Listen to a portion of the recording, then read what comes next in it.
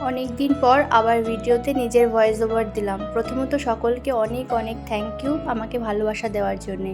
আসলে একটা information share করার ছিল। 8ই জুলাই সেকেন্দ্রাবাদ এওসি সেন্টারে অগ্নিবীর সিলেকশন আছে। এই বিষয়ে যদি কারোর কোনো কোয়ারি থাকে তো অবশ্যই আমাকে কমেন্ট করো। আমি যদি কোনোভাবে সাহায্য করতে পারি তো অবশ্যই তাদের কমেন্টের অ্যান্সার দেওয়ার ট্রাই করব। আর আমার ভিডিওটা দেখে হয়তো আপনাদের একটু অন্যরকম মনে হচ্ছে, তার কারণ হলো আমরা এখন ছুটিতে বাড়ি এসেছি। আর যে রেসিপিটা শেয়ার করলাম এটা শিক কাবাবের রেসিপি।